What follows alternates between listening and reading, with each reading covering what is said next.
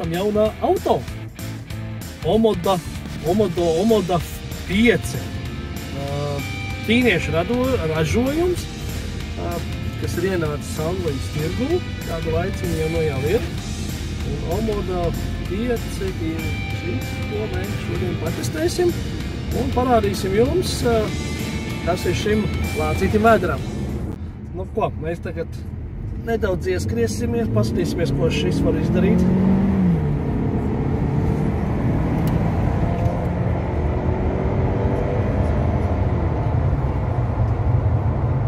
Priekš 1.6 motoru diezgan labs uzrāviens.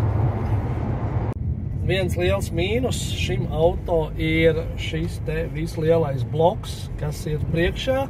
Man personīgi ļoti traucē, tāpēc, ka es neredzu, kas man notiek tur. Ja man ir jābūt pie kāda ļoti dīvaina pagrieziena, kur man jāstās varbūt tās vairāk ir tā kā pa kreisi, tad šis ļoti traucē. Viņš man aizņem lielāko tiesu īstenībā skatu punktu. Ja mums ir stikls priekšējais, tad es, ko tīri redzu, ir tikai tiešām tas, kas man ir šeit acu priekšā, un pārējā man redzamība ir samazināta par 2/3. Es redzu tikai to, ka šeit ir nedaudz apakšpusītē. Tā kā šitais nav pārdomāts, lai arī te var pieslēgt USB priekš video kameras. Tad vienalga, ja mēs vēl pieliekam video kameru kaut kur šeit vai šeit, tad redzamība pazūd vēl vairāk. Un tad uzreiz nāk mums līdzi ir šitais saucamais A-frame, sāni, spogulis, un tas arī uzreiz aizņem ļoti lielu skata punktu, kad īsti neredz, kas notiek tur, un tā varētu būt tāda tumšā zona, kas varētu novest pie kaut kāda nevajadzīga negadījuma. Esam piebraukoši, mēģināsim parādīt jums, kā ir iekāpt un izkāpt no šī auto. Izkāpšana ir diezgan viegla, viņš nav standarta izmēra auto, viņš ir nedaudz augstāks, saucamīgi crossover laikam. Iekāpt ir tomēr nedaudz pagrūti, varam varbūt mēģināt piestupēt to, bet vienalga kaut kā attālums starp sānu un stūri ir tāds, kāds viņš ir. Jā, mēģinam vēlreiz. Tagad bišķi labāk, bet stūri atkal liekas baigi augsti, atkal gribās šeit paregulēt, tā lai būtu normāli. Tātad mēs esam iekāpuši, varētu tā kā arī braukt. Esam iesēdušies, vajadzētu kursēt. Tātad mums ir atslēgas, kurus mēs varam nolikt šeit. Tad mums ir starta stop poga, nospiežam bremžu pedāli, auto ieslēdzās. Šeit mums ir ātrumkārba, vai nu pabīdam uz priekšu, vai nu uz atpakaļu. Mums ieslēdzās ātrumi. Un šeit mums savukārt ir multimēdiju sistēma, smuks spidometriņš, displejs priekšā ar ātrumu, ar apgriezieniem. Šeit mums parāda arī joslas un visu, tā kā ļoti tāds advancēts ir. Multimēdiju displejs ir neuzkrītošs šajā brīdī. Mums ir radio, jā, ļoti smuks radio, visādi kanāli, neuzkrītošs displejs, bet reāli tā, kur mums ir local settings. Displejs viss nav, es nevaru atrast navigātoru. Lielu izbrīnu man radīja, lūk, šis te plaukts. Atkal kārtējo reizi ir plaukts, kuram īsti jēgu es neredzu, jo no pasažieru puses jau vēl kaut ko te var. Jā, te vēl ir 2 lādējumie porti, tad tā var. Bet no šofera puses es viņam vispār klāt netieku. Lai es viņam braucot tiktu klāt, man ir jāliecās, man ir jāmeklē kaut kas, kur man tur kaut kas ir. Ļoti neparocīgs. Un šī jau ir otrā mašīna, kam ir šāda veida stila plaukts, un es nezinu, kāpēc viņa taisa, viņš ir ļoti neparocīgs. Tad aizmugurē mums ir viens lādējamais, ļoti laba ventilācija. Tālāk mums šeit ir roku bals, kurš atnāk vaļā, un šeit ir iestrādāts dzesētājs. Dzesētājs sīcenei, dzesētājs pildspalvai un pāris dzērienu pudelēm. Tad mums šeit ir divi dzeramo trauki, kur mēs varam ielikt teju, kafiju, nezinu, šokolādi karsto. Un tas arī ir visā. Un šeit mums vēl ir lādējamie, bezvadu lādējums telefonam. Reāli mazas nodalījums, kur ielikt kādu kapeiku te priekšpusītē vai kādu tādu, nezinu, pildspalvu, rēķinu kaut ko nolikt, nav. Nu, tas loks arī bišķiņ dīvaini, jo priekš kā man vajadzīgs ir liels nodalījums šeit aizmugurē, kur es nevaru paņemt braucot un ļoti arī, nu, tāds, nu, tā, jā, nu, dīvaini, ka nav tāds neliels. Šo te lielo plauktu tukšo, bezjēdzīgo varēja tiešām pārstrādāt tā, lai varētu kaut ko tur nolikt, kaut kādu kapeiku vai vēl kaut ko. Bet, nu, jā, nu, kā, nu, dizaineri ir tāda, nu, viņi ir. Aizmugure mašīnai izskatās liela, masīva. Jā, ir spoilerīts augšā, kurš arī tāds bišķi dīvains, jo šeit ir viss tukšs. Šeit ir tukšs, tur es pat neredzu, kur tu varbūt tās logu tīrāmais, nē. Jā, te mums kaut kas logus, kas mazgā, bet tas ir šeit, apakšā. Ļoti tāds caurums. Čikst un pīkst, kā jau ķīnits.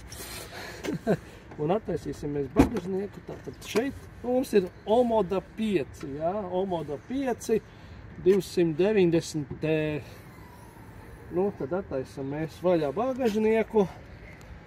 Vidēji izmērs bagažnieks šādu veidu mašīnām.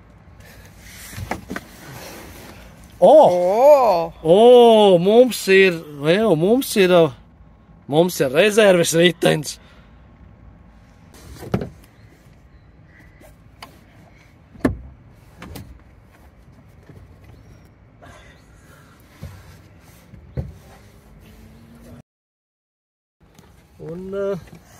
Un sveiki!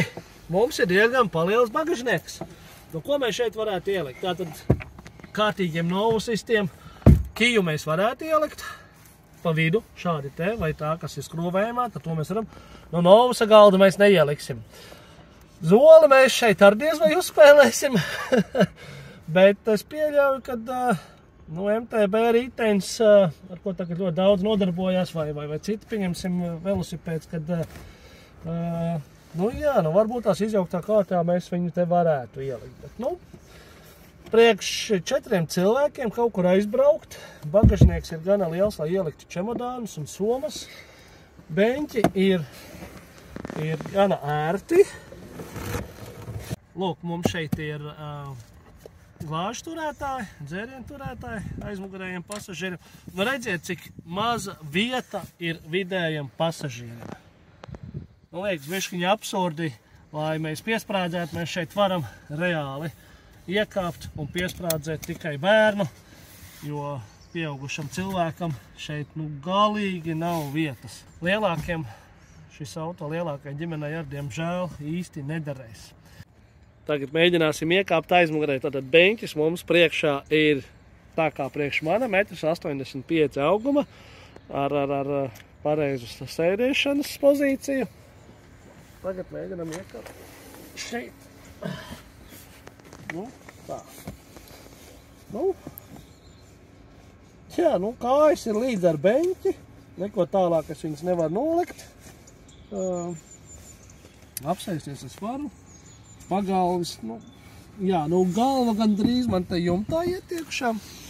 Bet, ja mēs skatāmies, tad man ir jāsēž sapņa pušam tā te, lai es nebūtu, bet ja es gribētu, teiksim, tā taisni, tad es jau esmu konkrēti ar galvu griestos. Kā arī ļoti nepateicīgs ir šie te mazie lodziņi, kas mums ir. Viss ir ļoti tik augstu uzcelts un varētu ar to logu uztaisīt šādā te līmenītī. Līdz ar tā kā šeit mums viņam iet, jā, nu, samazinām bišku lielāku, nu, būtu gaišāka mašīna.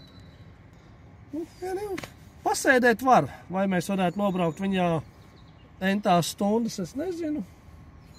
Bet savukārt šeit, kur pasažieris ir uz priekšu aizbraucis nedaudz, īstenībā es jūtos krietni ērtāk, man kājas nedaudz uz priekšu. Un ir tiešām patīkamā, bet arī, redzat, es sēžu mierīgi, ja es nolaižu vēl šo, es jau esmu aizņēmis pusbeņķi, tātad otrs līdzīgs cilvēks man blakus sēž. Jā, līdz ar to Nu, 5 šeit tiešām atkārtošos vēlreiz. 5 šeit ir ļoti, ļoti šauri. Nu, auto no Ķīnas nenāk ar elektriskā izvaramo bagāžnieku. 2 rokas un vāks ir ciet. Kas šim lācītim tad ir vēderā? Motors diezgan uzkarsts, mēs jau nemaz tik daudz nekubraucam. Te podu, automātiski. Karsts. Riktīgi karsts. Te viss ir ļoti uzkarsts. Bet, nu, 1.6T GDI motors. Motora telpa ir gana liela un motors te smuki ieguļās. Nav nemaz tik sarežģīti kaut ko varbūt tās samainīt vai akumulātors ir standarts, ļoti viegli pieejams, nomaināms. Nu, pirms braukt projām vajadzētu piesprādzēties, bet nu, man jau roka viena ir šeit, otra jau man ir uz palikņa, kāja man ir atbalstās arī jau pret šo te lielo kasti, un es tagad mēģināšu piesprādzēties. Problēma ir, man ir jāielien iekšā durvīs, man ir šausmīgi jāpieliec, lai es varētu te kaut kur iespraust. Nu, galīgi neparocīgs. Nu, riktīgi neparocīgs auto, es jums teikšu, kā ir. Maziem cilvēkiem varbūt jā, pilnīgi piekrīt maziem cilvēkiem, jā, bet tie, kas mēs esam 1,80 m un īsta latvieša 100 kg svarā, nu, šitais auto ir diezgan tāds, nu, neparocīgi izvietot lietas. Beņķi savukārt, jā, pa beņķiem. Šie ir viena no ērtākajiem beņķiem, kādos mēs esam sēdējuši. Tajā ziņā cepuri nost, beņķi tiešām ir pārdomāti.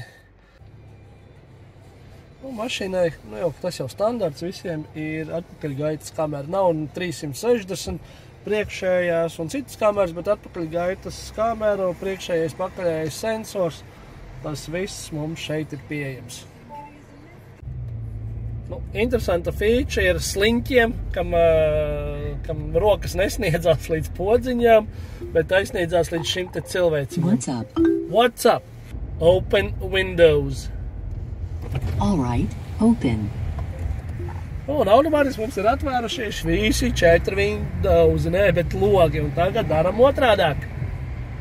Yes, I'm here. I know you're there. Close windows. Opening. I'm listening. Close windows. All right, closed. You are not listening.